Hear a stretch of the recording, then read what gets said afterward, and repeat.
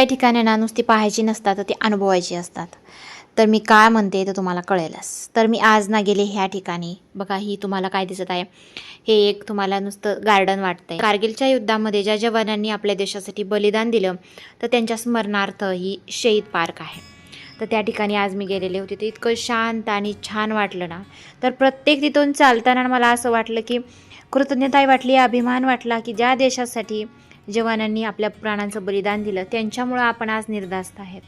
तर हे एक उद्यानच नाही तर त्यांच्या वीर जवानांच्या शौर्याचं आणि बलिदानाचं आठवण जपणार हे ठिकाण आहे. इथून चालताना ना कारगिलच्या वीरांना आठवत मनात एकच भावना आली माझ्या, की ज्यांनी देशासाठी सर्वस्व दिलं त्यांचं ऋण आपण कधीच फेडू शकत नाही. पण ज्यावेळेस प्रत्येकानं आपापल्या परीनं आपल्या देशासाठी थोडं तरी योगदान दिलंच पाहिजे. तर इथं पार्कला भेट देऊन मला खरंच इतकं खूप छान वाटलं ना आणि एक मनात वेगळीच उत्साह निर्माण झाला. आणि थोड्या वेळ बसलो, फेरफटका मारला. तर बघा हा जो रणगाडा आहे ना तो कारगिलच्या युद्धामधलाच आहे. तर इथे आठवण स्मरण म्हणून इथं ठेवलेला आहे. तर तुम्ही सुद्धा जर बार्शीतले असाल ना तर या पार्कला नक्की भेट द्या. तर खूप छान आहे, खूप शांत आहे इथलं वातावरण. आणि त्यानंतर जायचं होतं मार्केटमध्ये. थोडंफार मला ब्लाऊजला लेस वगैरे आणायच्या होत्या आणि मार्केटमध्ये मंडईमध्ये सुद्धा जायचं होतं. तर थोडंसं काकडी, टोमॅटो वगैरे असं थोडंसं माळवं आणायचं होतं. तर ते घेऊन आले. त्याच्यानंतर राहिलं संध्याकाळचं काम. तर हे बघा आता हे नंतर निघते मी, कारण आधी स्वयंपाक राहिलेला होता. स्वयंपाक करून घेते.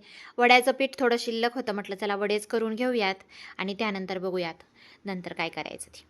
तर वडे वगैरे तळून घेतले आणि म्हटलं चला आता तेल तापलेलं आहे तर पापड्या तर तळून घेऊयात.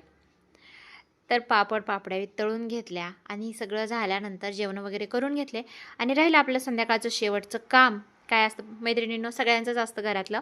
तर भांडे वगैरे सगळं आवरून घेतलं. आता काम राहिलं ना, सकाळी उठली की तेच धाक असतो, भांडे राहिलेत, कट्टा राहिला आहे. त्याच्यापेक्षा नाही, संध्याकाळी घेतलं ना स्वच्छ भांडे वगैरे करून ते एक छान वाटतं. सकाळी उठल्या फ्रेश वाटतं, हो की नाही?